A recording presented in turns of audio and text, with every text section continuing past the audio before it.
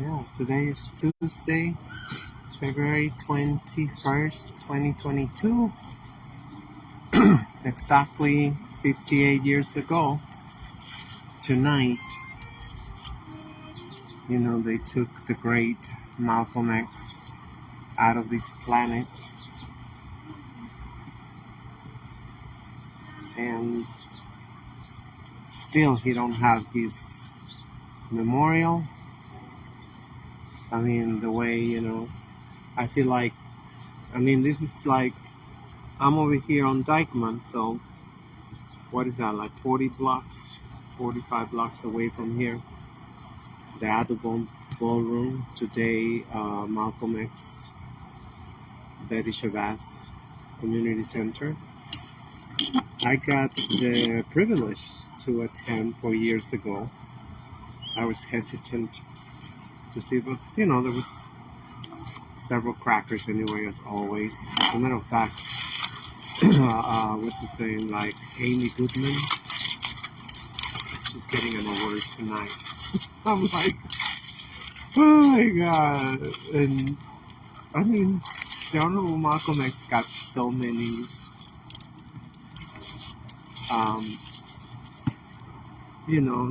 not speeches, but he dedicated so many hours within his lectures and speeches to warn the world against white liberals.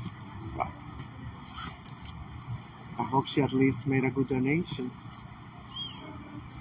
I mean, like, for real, a Zionist. I never seen her go hard on over there. I mean, I don't know what's going on, but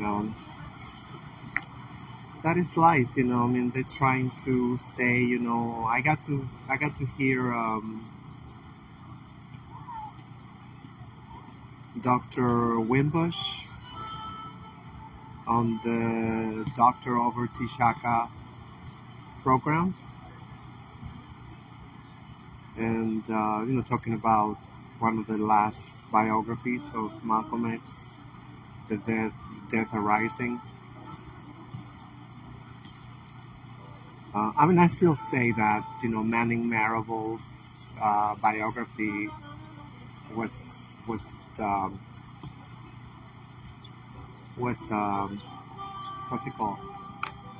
Tampered with the government. I'm sure they did, like, inserted that thing. As a matter of fact, Manning Marable mysteriously died, right before his book got published, after waiting 20 years for a transplant, which was a very successful kidney transplant, I think it was. So, I don't know.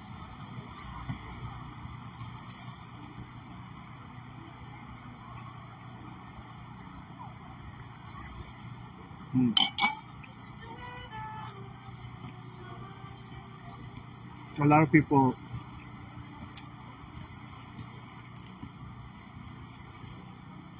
I hear them over the years, trying to contextualize things that cannot be contextualized. Let's listen a little bit to his own words. Let me put them a speaker over here. Reached its low point. Martin Luther King failed to desegregate Albany, Georgia. The civil rights struggle in America reached its low point. King became bankrupt almost as a leader.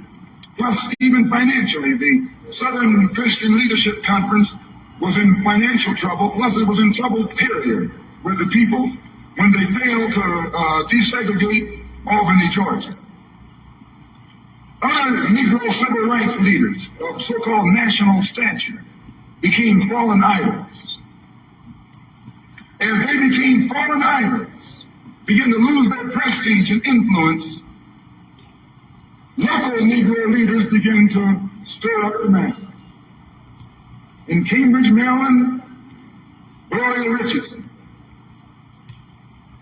In Danville, Virginia, and other parts of the country, local leaders begin to stir up our people at the grassroots level. This was never done by these Negroes whom you recognize of national stature. They controlled you, but they never incited you or excited you. They controlled you. They contained you. They kept you on the plantation. As soon as King failed in Birmingham, Negroes took to the streets. King got out and went out to California to a big rally and raised about, I don't know how many thousands of dollars. Come to Detroit and had a march and raised some more thousands of dollars. And recall, right after that, Wilkins attacked King, accused King and the Corps of starting trouble everywhere and then making the NAACP get him out of jail and spend a lot of money, and then he accused King and Corps of raising all the money and not paying it back. This happened. I got it in documented evidence in the newspaper. Roy started attacking King, and King started attacking Roy, and Farmer started attacking both of them. And as these Negroes of national stature begin to attack each other, they begin to lose their control of the Negro masses. And Negroes was out there in the streets.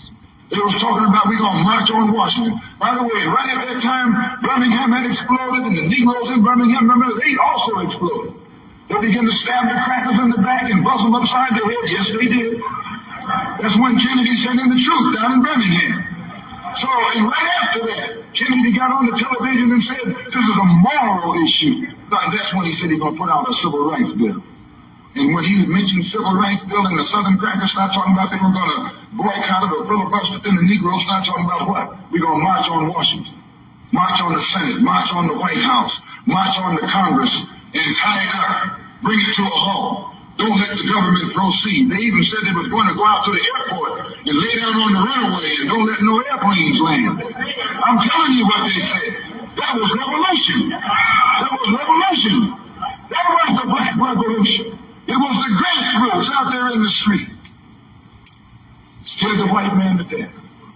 Scared the white power structure in Washington, D.C. to death. I was there.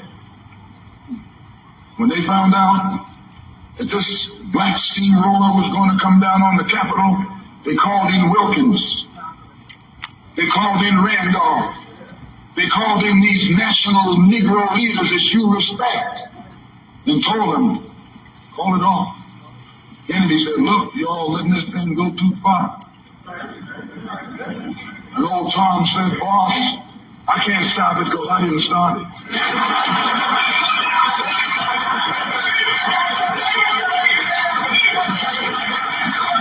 I'm telling you what they said. They said, I'm not even in it, much less at the head of it. They said, these Negroes are doing things on their own. They're running ahead of us. And that old shrewd fox, he said, well, if you all aren't in it, I'll put you in it. I'll put you at the head of it. I'll endorse it. I'll welcome it. I'll help it. I'll join it. A matter of hours went by. They had a meeting at the Carlisle Hotel in New York City. The Carlisle Hotel is owned by the Kennedy family. That's the hotel Kennedy spent the night at names, 2 nights ago. Belongs to a Spaniard. Everything. A philanthropic society headed by a white man named Stephen Currier called all the top civil rights leaders together at the Carlisle Hotel and told them that by you all fighting each other, you're destroying the civil rights movement. And since you're fighting over money from white liberals, let us set up what's known as the Council for United Civil Rights Leadership. Let's form this council, and all the civil rights organizations will belong to it. And we'll use it for fundraising purposes. Let me show you how tricky the white man is. And as soon as they got it formed, they elected Whitney Young as the chairman. And who do you think became the co-chairman? Stephen Currier, the white man. A millionaire. Howard was talking about it down at the Togo today. This is what he was talking about. Powell knows it happened. Randolph knows it happened. Wilkins knows it happened. King knows it happened. Every one of that so-called Big Six. They know what happened. Once they formed it, with the white man over it, he promised them and gave them $800,000 to split up between the Big Six.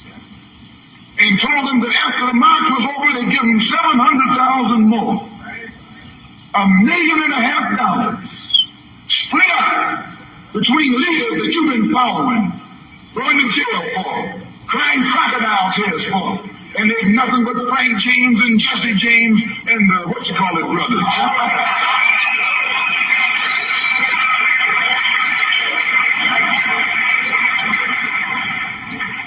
Soon as they got the setup organized, the white men made available to them top public relations experts.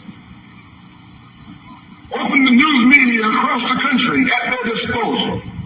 And then they began to project these Big Six as the leaders of the march. Originally, they weren't even in the march. You was talking this march talk on Hastings Street. Is Hastings Street still here? On Hastings Street. You was talking the march talk on Lenox Avenue. And not on, Fillmore Street. And Central Avenue. And 42nd Street and 63rd Street. That's where the march talk was being taught. But the white men put the Big Six ahead of it. Made them the march. They became the march. They took it over. And the first move they made after they took it over, they invited Walter Reuther, a white man. They invited a priest, a rabbi, and an old white preacher. Are you listening, Liliana? Yeah, the old white preacher. The same white element that put Kennedy in power. Labor, on one ear, the Catholics, the other ear, the Jews, and liberal Protestants. Yeah. Same clique that put Kennedy in power joined the March on Washington. It's just like when you got some coffee that's too black, which means it's too strong. What you do, you integrate it with cream. feminism.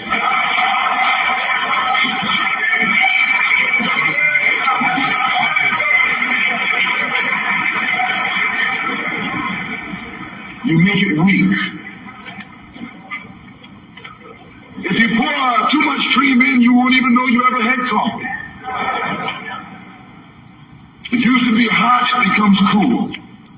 It used to be strong, it becomes weak. It used to wake you up, now it'll put you to sleep.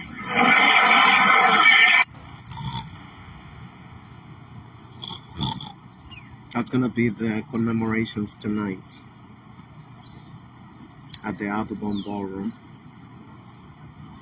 And it gotta be at that place. It gotta be at that place. I should bring this.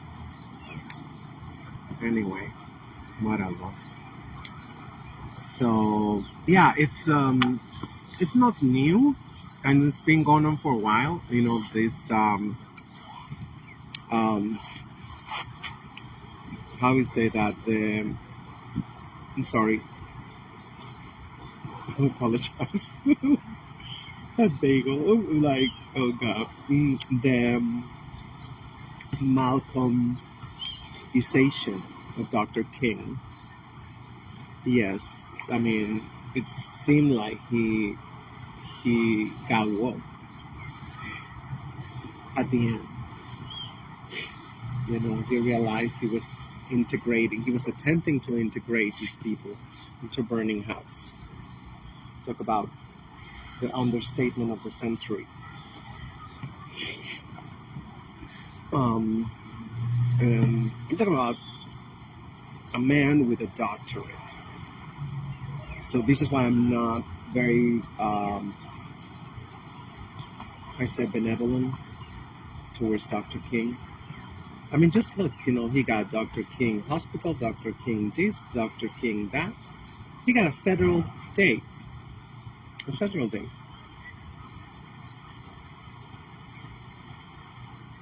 Yeah, a day where everybody got to go and volunteer.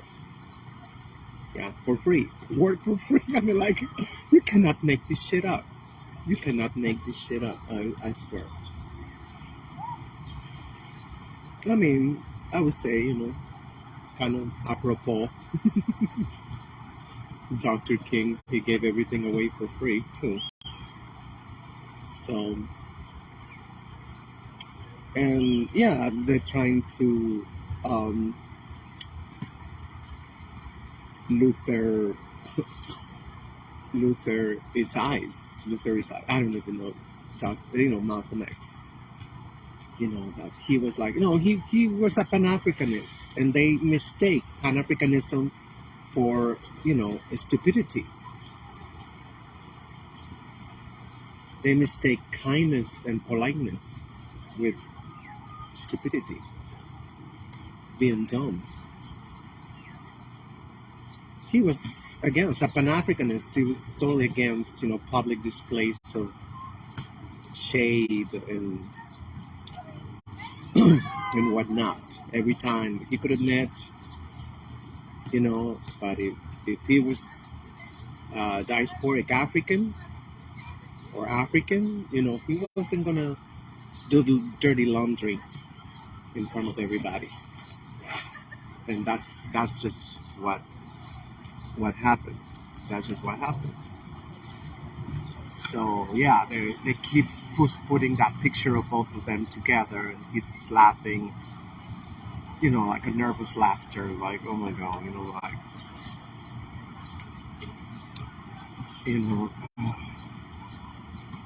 it is sad and tragic, to say the least, that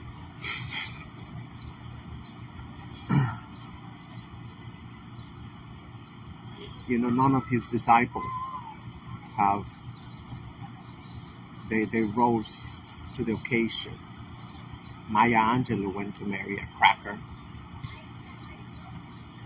or several. I think she married several crackers. That's why she was, the poet of America, with a triple K. That's why,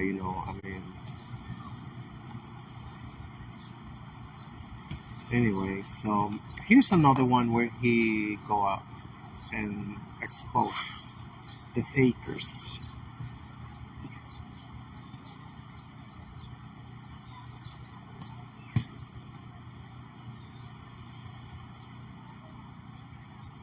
You to know that my house was bombed. It was bombed by the Black Muslim movement upon the orders of Elijah Muhammad. And when the bomb was thrown, one of the bombs was thrown at the rear window of my house, where my 3 little baby girls sleep.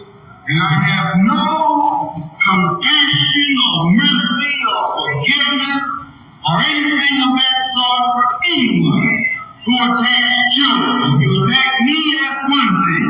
I know what to do when you start attacking me. But when you attack sleeping babies while you are living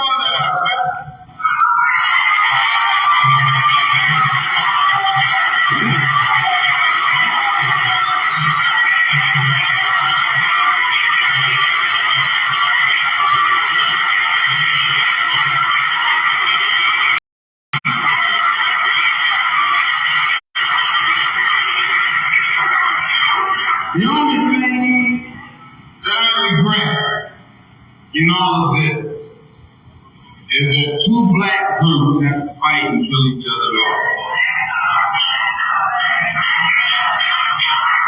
And that's Muhammad who stopped the whole thing from us. Just by raising his hand. Really, he could. He can stop the whole thing by raising his hand. But he won't. He doesn't love black people. He doesn't even love his own brother. We were quick, they're killing each other. They killed one in the ground. They shot another one in the ground. They tried to get physical up Sunday morning. And the pattern has developed across the country. The man has gone insane. Absolutely out of his mind. In fact, you can't be 70 years old and surround yourself by a handful of 16, 17, 18-year-old girls and keep your right mind.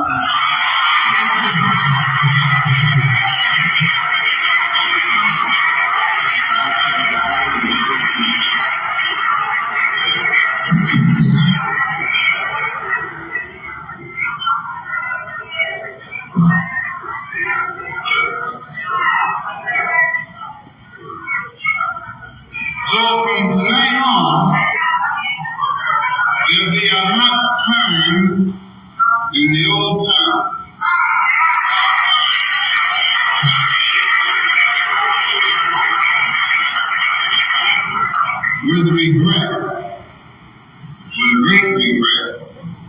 There's no organization in this country that could do more for the struggling black man than the Black Muslim movement if it wanted to. But it has gotten into the possession of a man who got become senile in his old age and perhaps doesn't realize.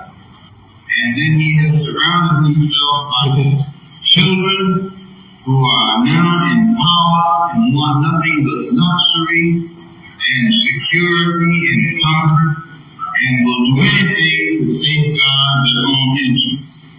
So I feel responsible for having played a major role in developing a criminal organization.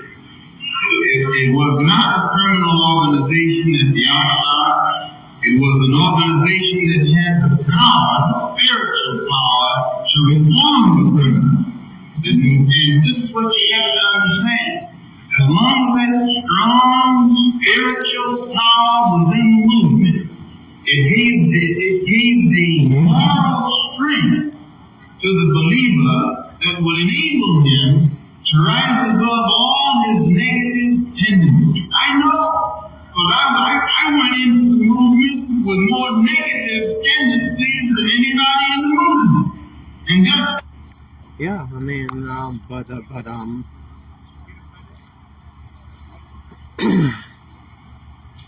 mean, you can see that there's no, like the black is beautiful, you know, all the all the efforts, to dismantle the lies and deception from the Neanderthals, that said, like, oh my God, black skin is like the worst there is. The huge stigmatization of pigmentation. That was like when he was there. I mean, he made the NOI. Come on. He made the NOI. Come on. It was just like, especially at that time, Harlem was like, like a madhouse, of religions and groups, and that they was gonna continue, the most honorable Marcus Garvey, supposedly, of course, without even mentioning Garveyism or anything, because it had just come, and it was like a big traumatizing, the stuff that also, it's not really, I don't think there's a documentary, about what happened after the most honorable Marcus Garvey was deported. That he didn't even have to be deported. That was not what is stipulated over there, but that faggot J. Edgar Hoover, that he always went above and beyond. The gays are still not even apologized. They never for all the, I mean, it's like a like a psychopath factory. It's like, all kind of depravities and whatnot. I mean, but it's like, oh, they're oppressed. So they get away with murder. So, I mean, anyway, let's continue.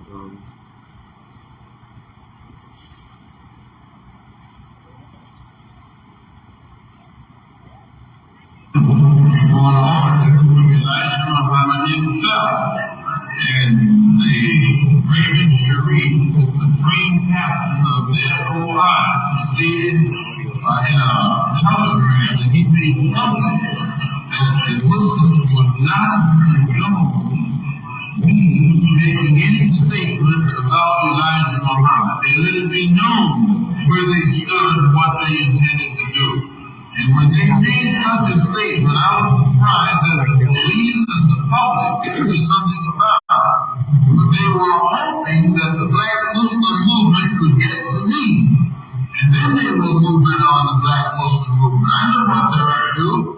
They want little fools to get me, and then they'll move in on me.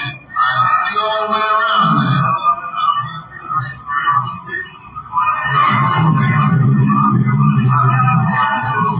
The sound will just keep getting worse and worse.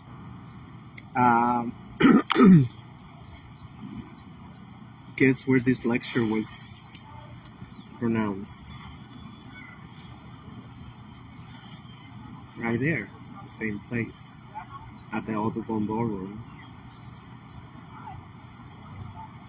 I mean, and this was actually a week before. Yeah, February 15, 1965. That was February. He just came from Bernard College, in the middle of nowhere. I don't know where that is. I think it's Midwest. Actually, his house got firebombed on their team.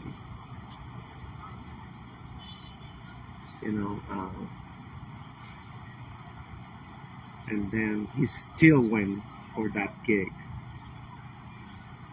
I guess just to try to preserve his sanity. I think a lot of people, they like that. They like to work right after.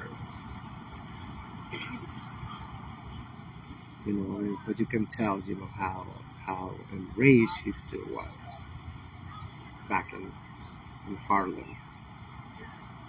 I mean, I'm gonna play you later on Bernard College the night before, and over there, because there were some crackers with some things, so he was like very professional, very like he even apologized when he like had like a typo.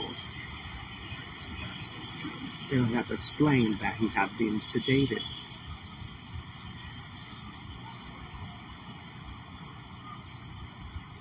After his house got firebombed right here in Forest Hills. Oof.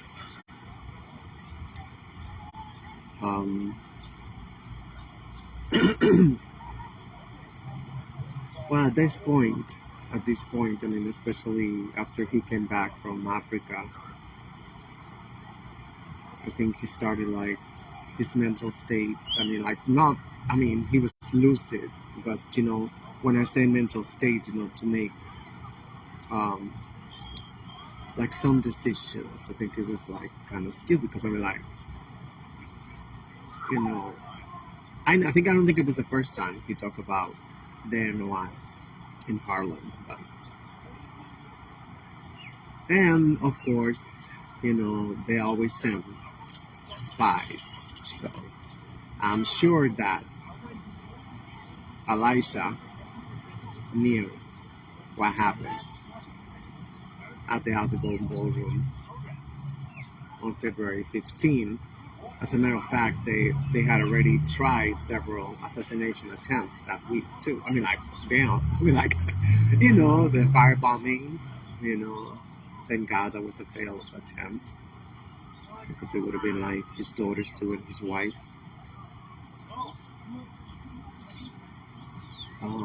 So they was desperate to shut him up. I have seen some of the memes from the Amsterdam News, and, all of the African American papers, about, making fun of Malcolm, blah blah blah, and now they actually commemorate today. I mean, if you buy the NOI, probably there's going to be an article.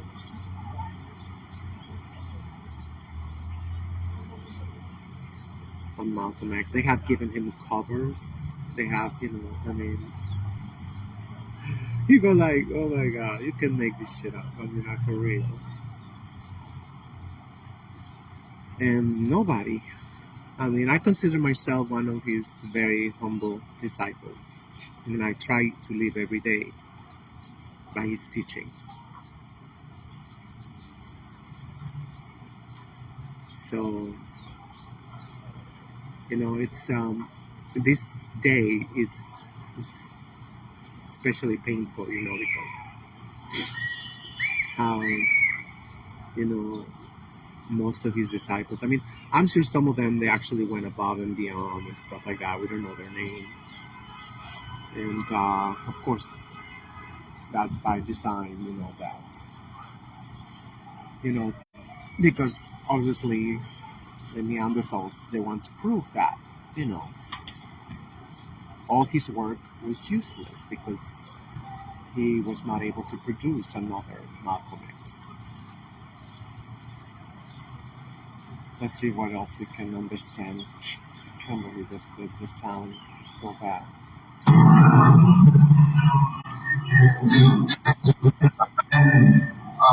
Exactly the negotiations finally developed, I do not know, because I was not involved in them beyond the period of December 1960.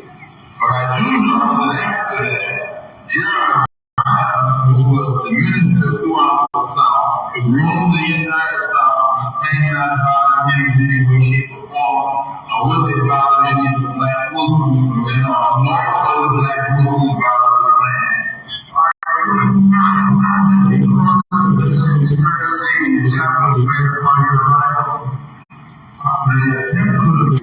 Feedback. We want to come from Hall and from other halls around the country. Now, this doesn't mean we're outside Hall. This doesn't mean we're anti-Bronx or anti-white Queens or anti-white or anti-German or anything like that. But it means we're pro-Hall. We're pro ourselves. We want to start doing something for ourselves. That's all it means. It means that we want to stop begging you for your school. We want you to get out of the way and let us straighten out the schools and all.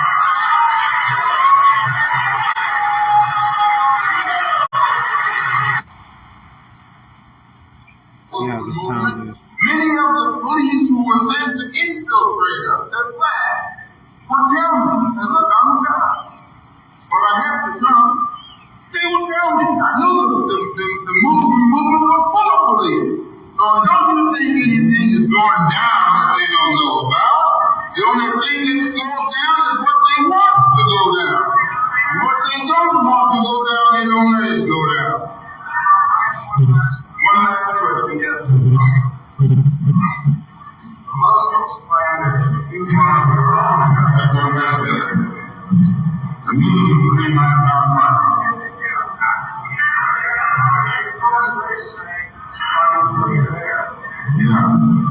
Well, you can take what you want. The army squad, the fire marshal, all of them are experts in this kind of thing. And if anybody can find where I found my house, they can put a rifle bullet through my head. It was my children and my own life and my wife's life that was at stake. In fact, let me tell you something, sir. I stood Sunday morning. You know what the degree, what temperature was? It was about 15 or 20. I stood in my underwear, bare feet, in the middle of my driveway with a gun in my hand for 45 minutes, waiting for the police or waiting for the fire department to come. If I want to put on a show, I can find a better way than that to put it on. 20 degrees.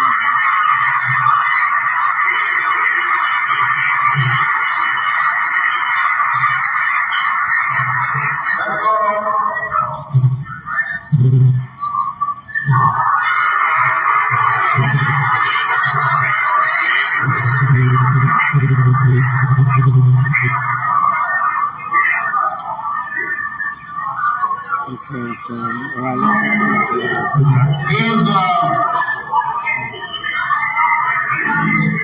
brothers and sisters, is the Saturday Evening Post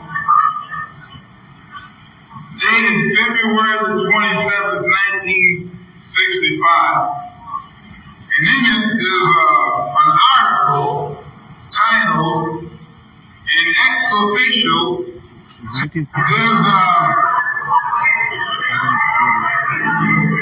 brothers and sisters. Here's the Saturday Evening Post, dated February the 27th, 1965. And in it is an article titled "An Ex Official Tells Why the Black Muslims Are a Fraud." This is one of the brothers in Boston who was formerly the secretary up there, and who is the cousin of Ronald Stokes, the brother who was killed out in California in April of 1962. And look, I would like to say this before anything else, and that is, don't think that I don't know how bad I made myself look by attacking an organization that I was once so inseparably a part of. But I'm not particularly concerned with how bad it makes me look. My prime concern is to expose it to the fullest of my ability. Let the chips fall where they may.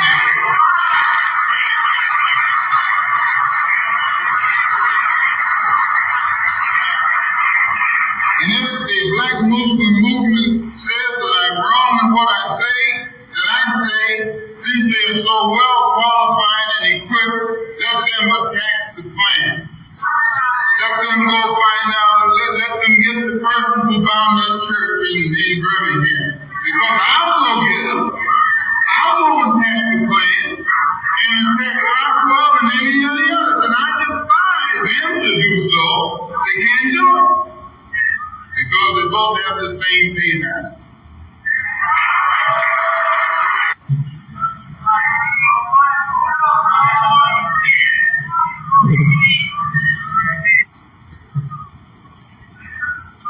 As long as it's disciplined, as long as it's aimed in the right direction, I'm for it.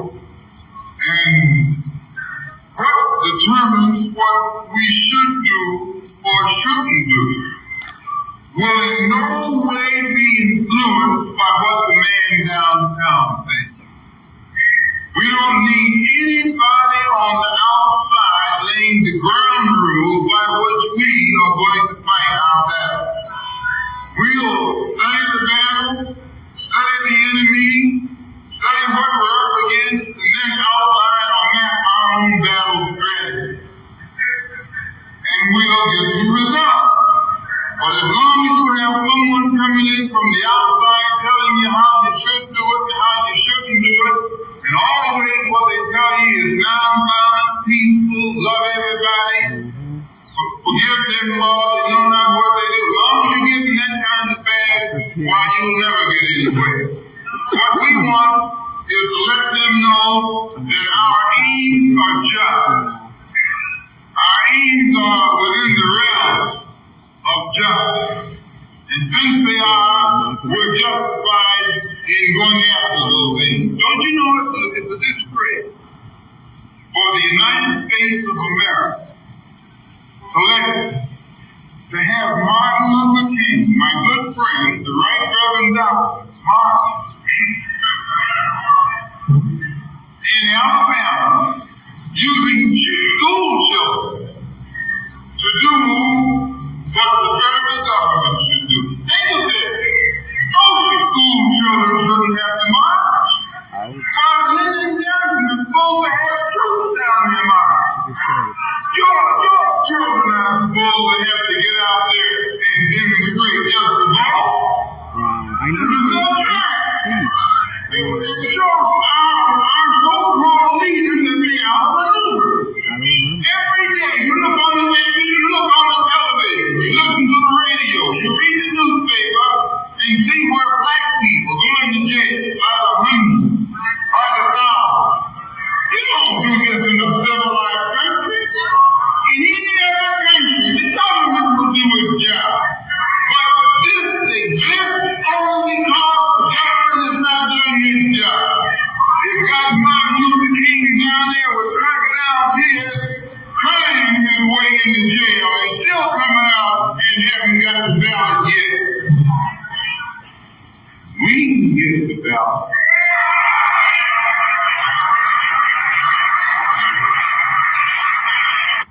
Yeah, I always thought that these parents should go to jail, because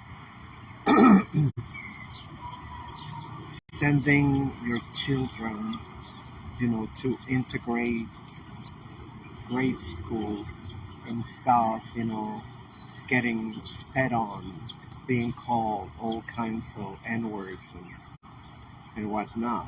I mean, like, I always wonder, what kind of parents are these? And he's saying it, and he's hinting at it, like the insanity, like sacrificing your own children. For what? For a headline, I mean, he was a churchman, Dr. King, so can never forget that. So here we're gonna go to Bernard College.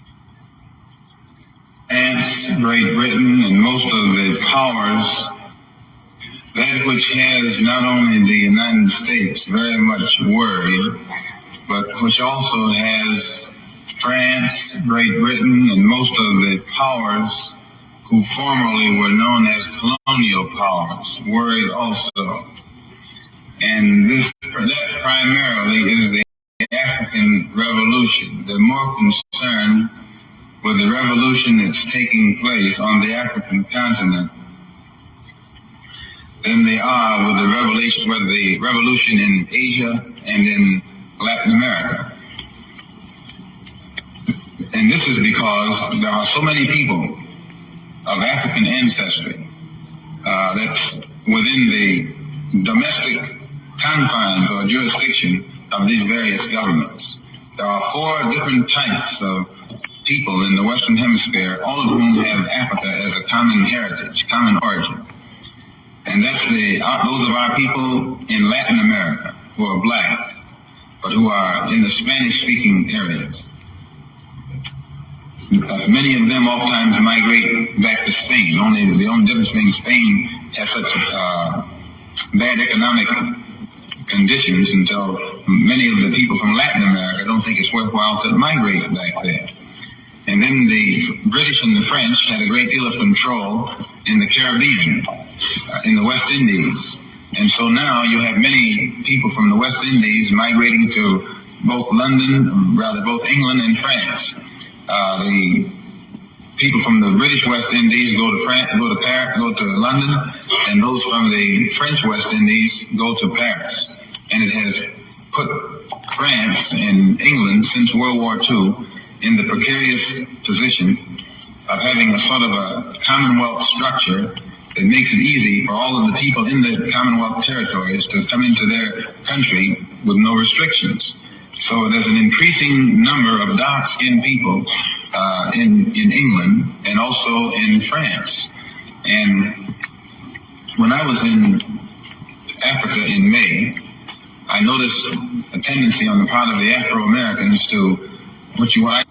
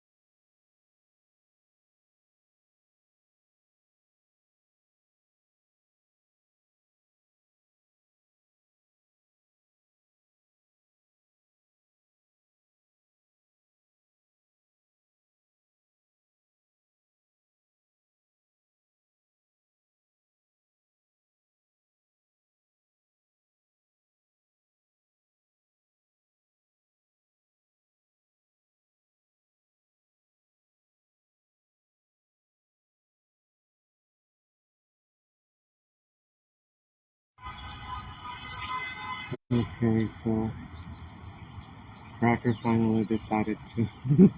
No, actually, I have to reset it again and reconnect, and I don't know. It's an Obama phone. Lovingly makes him react. And nothing forgiving makes him react.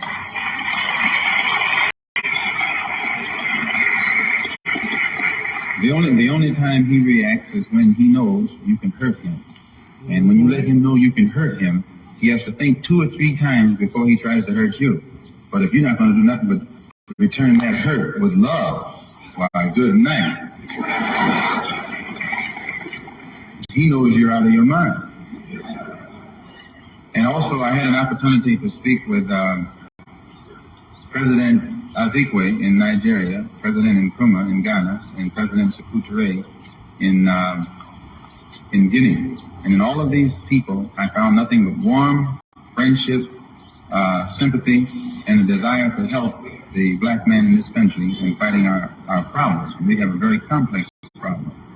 Now, I hope you forgive me for just speaking so informally tonight, but I frankly think it's always better to be informal. As far as I'm concerned, I can speak to people better in an informal way than I can with all of this stiff formality that ends up meaning nothing.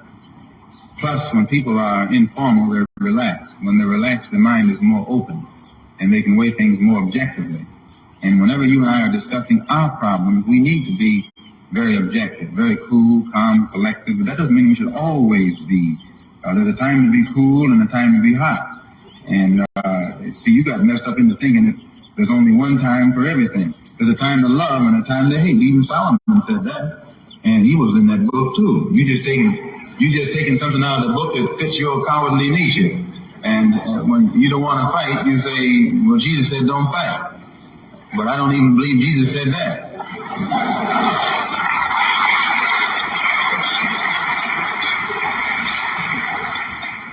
Also, I am very pleased to see so many who have come out to always see for yourself, where you can hear for yourself and then think for yourself.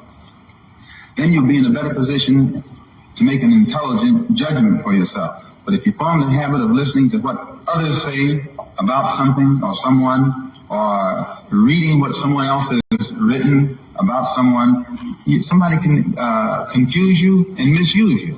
So as Afro-Americans or black people here in the Western Hemisphere, you and I have to learn to weigh things for ourselves. No matter what the man says, you better look into it.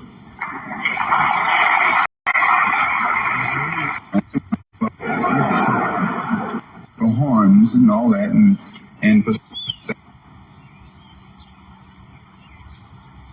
understand Hebrew, you probably call him Jehovah too. If you can understand Arabic, you probably call him Allah. But since the Supreme Being who created the universe and Stop. My MP3, the iPod, give you very little battery. I mean, and it's discontinued. This is number 7. This is the last model. I like to have my music together, you know. That's why, you know, I always bought these MP3s. So yeah, it is a day of mourning, and of course it is a day of hold on one second, let me close my hand back.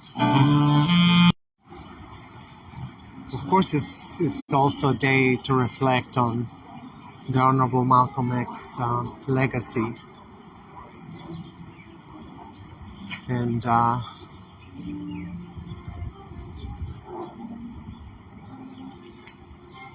you know, just but not only reflection, not only studying it, but to live by every day. You know, somebody posted, you know, of course it was a so-called African-American woman posted some of the, you know, the speech of the the field versus the house, and enslaved. So she said, "Here's the infamous musings." I'm like, I mean, these are the words to live by.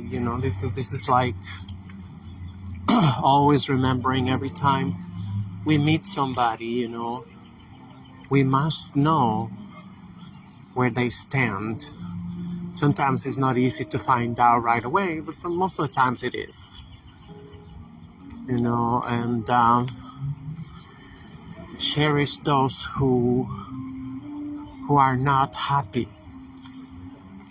Cherish those slaves that are miserable, and they're not afraid to show it and express it.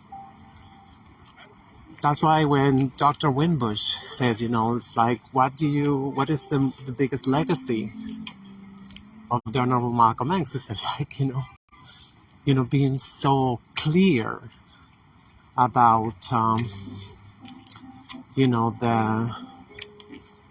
the African American, the African experience throughout the whole planet. Just like, I posted over there, I say, like, stop fronting.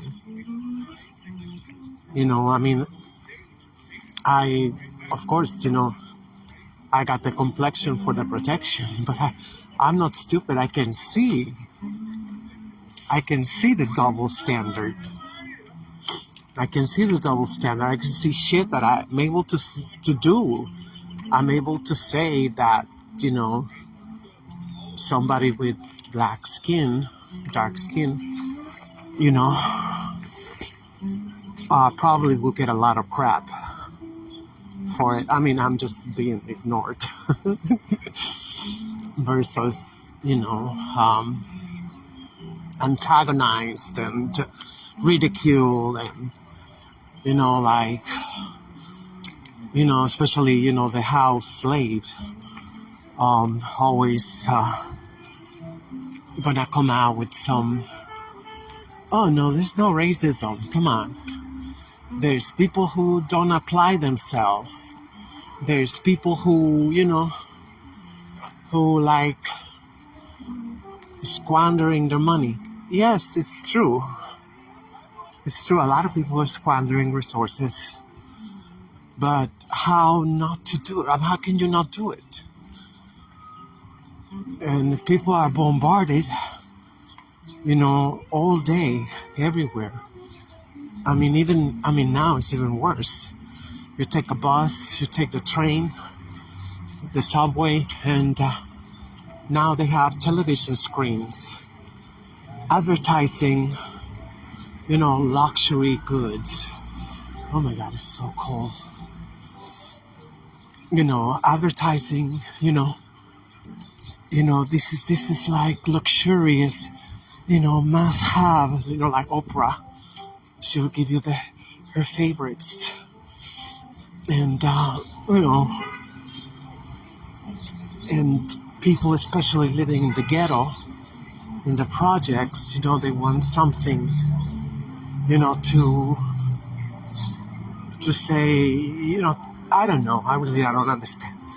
Sometimes, I pass by the projects and I look at the garbage and you find these very expensive, so-called designer, shopping bags. You find,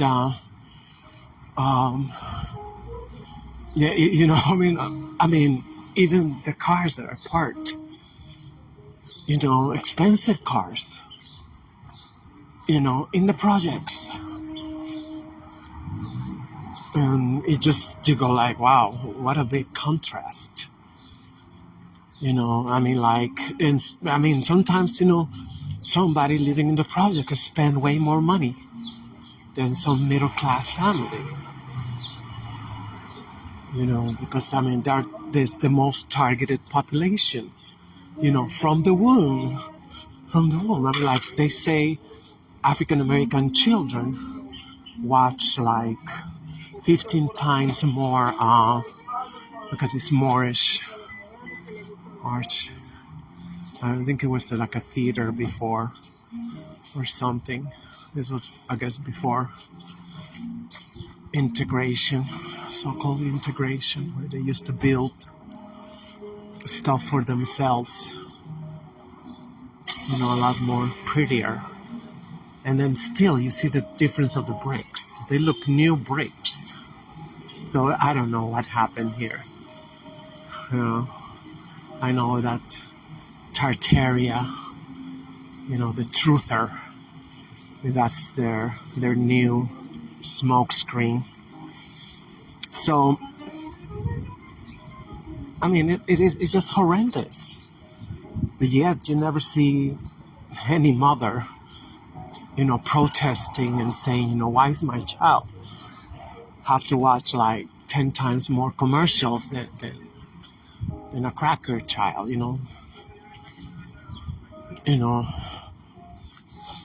Oh, it should remind me like a movie theater. I don't know.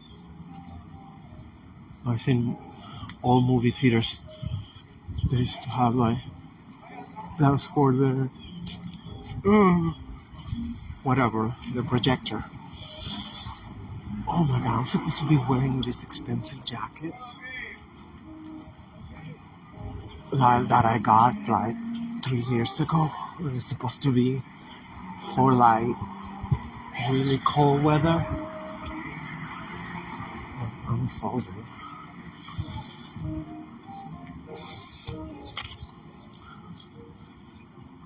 It's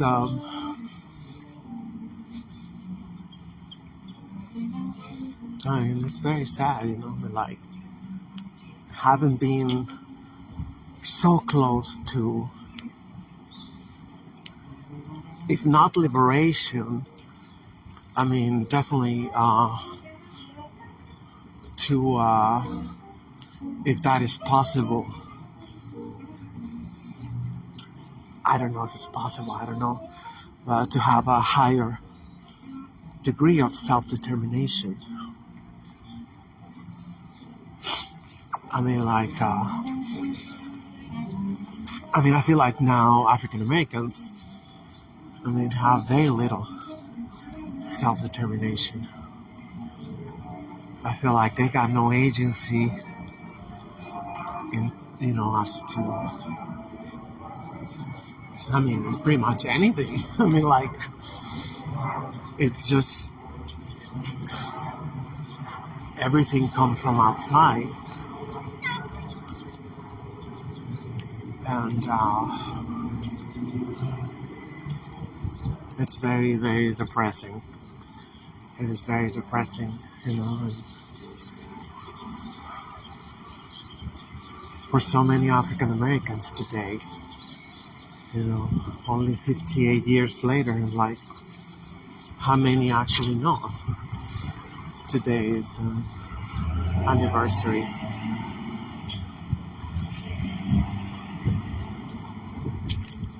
of Malcolm X assassination.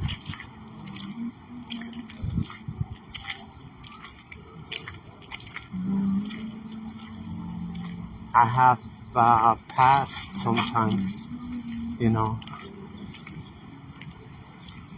by the Audubon Ballroom, and like to see like it should be like piles of flowers and mourners.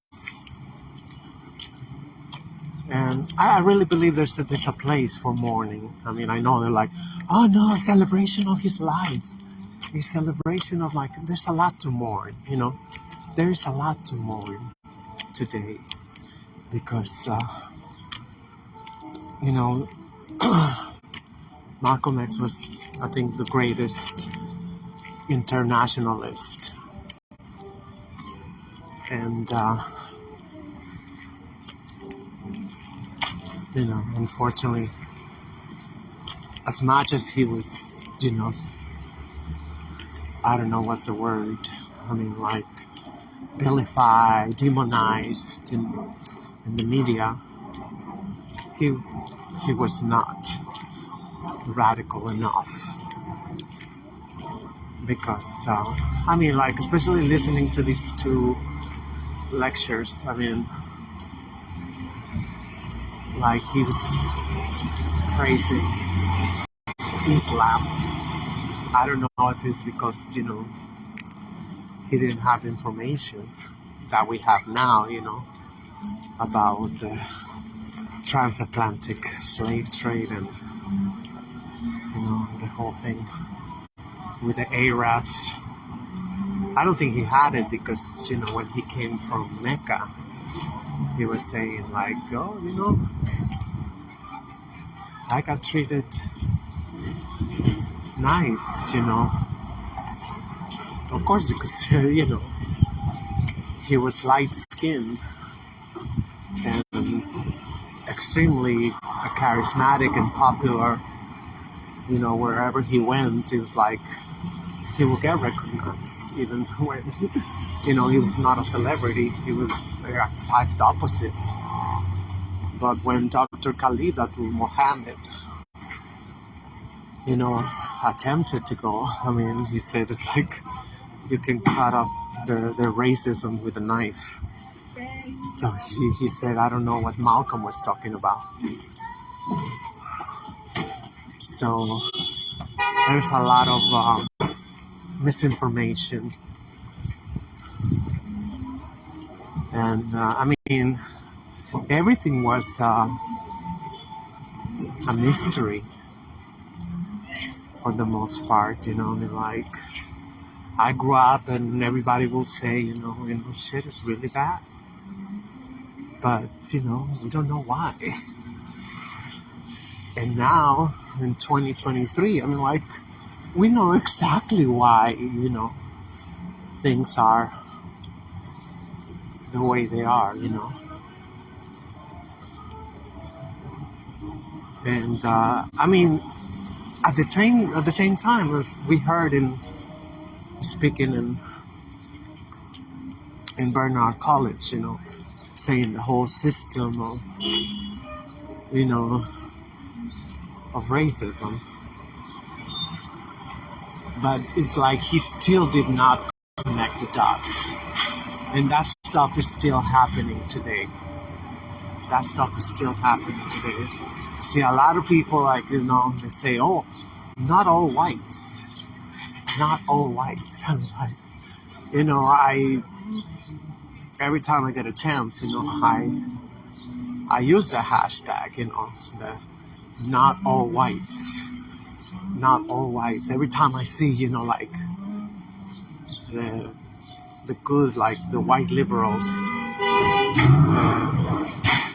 progressives or whatever, and doing like, what a cracker do, like, it's like no matter what, like anybody with light skin is gonna be like, what are you doing? Go or don't go. Oh my god. Not his cursing. And there's not many coons. They got no power, but that's the only power display they got. And stupid cars. And like, so, yeah, they're still very frustrating. 58 years later, and still like, like, oh, not all whites. Not all whites. I mean, like, when we don't see nobody, like Dr. Khalid Abdul Mohammed, he was like, explain, even Dr. Ifatunde, he said, it's like, I mean, show me, like, what really have they done, these good whites, these white liberals, what they have done to even, like, put a dent on the system of white supremacy, and absolutely nothing. Nothing. I mean, they probably still have probably a couple of organizations, good whites for for black people, whatever, you know, bullshit, and they do absolutely nothing. All they do is, you know, collect grams, collect, um, more and more. I think I gotta go get my money.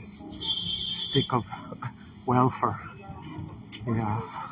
So I'm gonna cut it out here. I'm gonna go to the bank. Or let me see if I'm gonna try to see if I can go. You know, it's like, I call it the non-profit industrial complex. Let me get my car ready over here. I wasn't even gonna come out today, but I said, like, I wanted to say something today. Like this is like one of the days that I don't know. I really want to see outside the Audubon ballroom. I want to see. Oh, this is not the card. They're all blue. I want to see outside the Audubon ballroom. I want to see like 15-foot statue of Malcolm X in the middle of Broadway with a plaque and letting people know who he was and why there's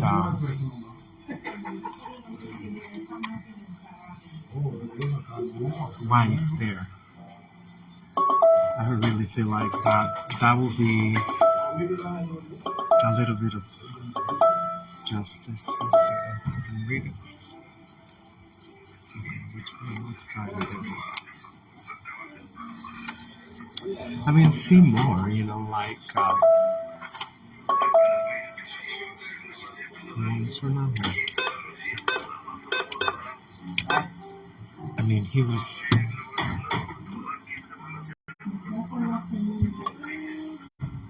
a really, I mean,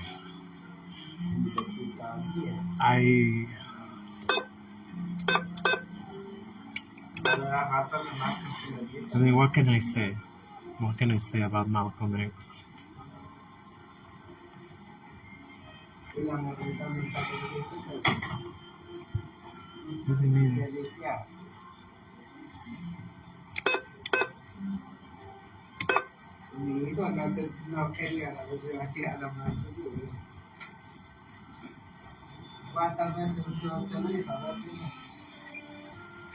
Why is it doing this?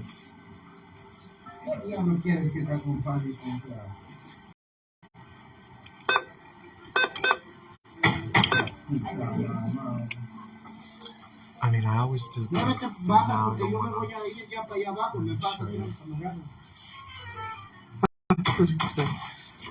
This is the amount I always get out.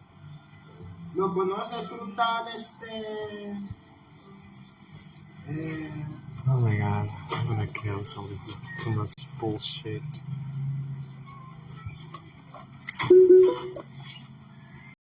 If it's not one thing, now I cannot get it.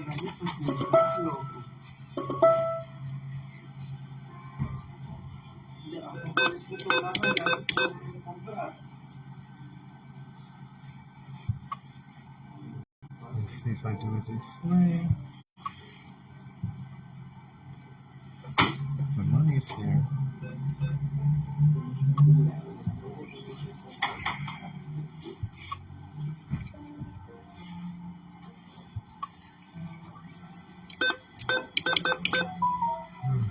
I knew I should have just cut off the video, but I didn't think.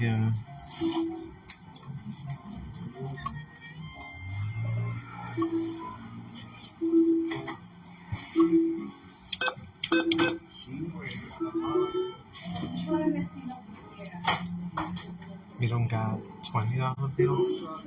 Okay, so I'm gonna do two withdrawals. I mean, this is so crazy. Sorry, I got my nose so like. Yeah, hopefully by this time next year I'll be back home for good. Oh yeah, they don't have. I guess they don't have any. They don't have $20 bills for real. And guess what they do sometimes? Like Monday, it was supposed to be like President's Day.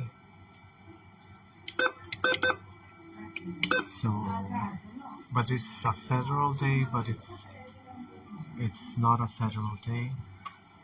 I don't know.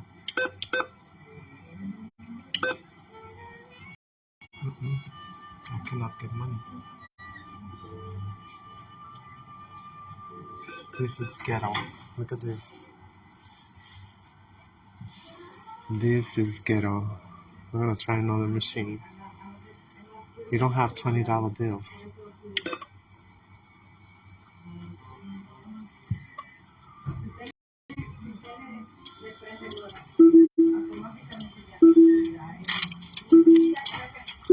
Anyway, I needed $100 bill because I gotta save it, for my running away.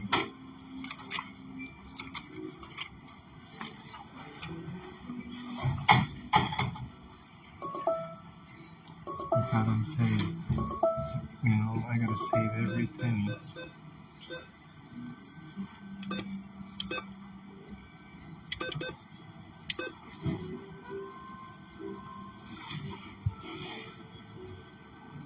Because I have no idea what I'm gonna be doing.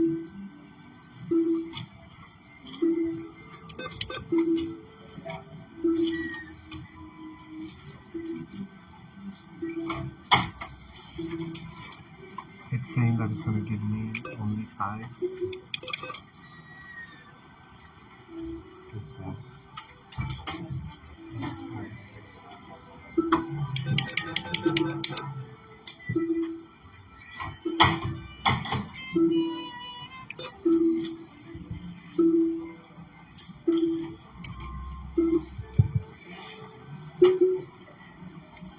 So they have. It's gonna give me all $5 bills. I'm telling you, this is ghetto. So what?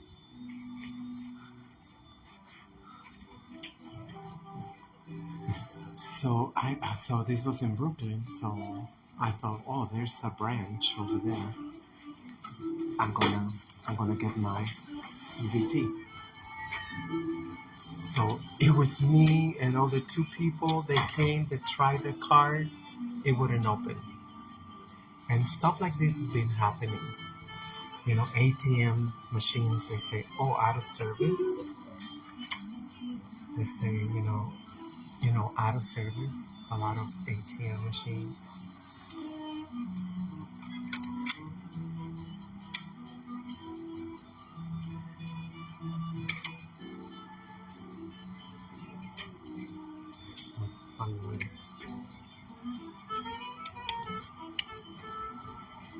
A lot of red flags that are there that I never had this. I mean, I've been in the United States since 1989. I never seen the fuckery that's happening. I mean, like, people keep trying with their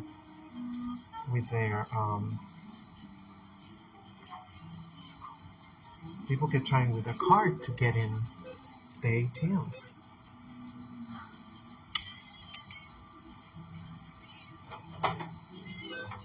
Okay, he got $20 bills. Okay. Finally. Imagine if they give me $80 in fives.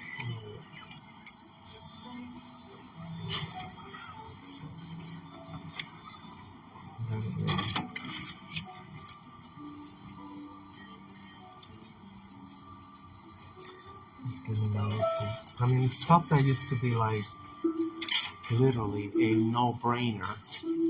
Now it's like, keep saying, most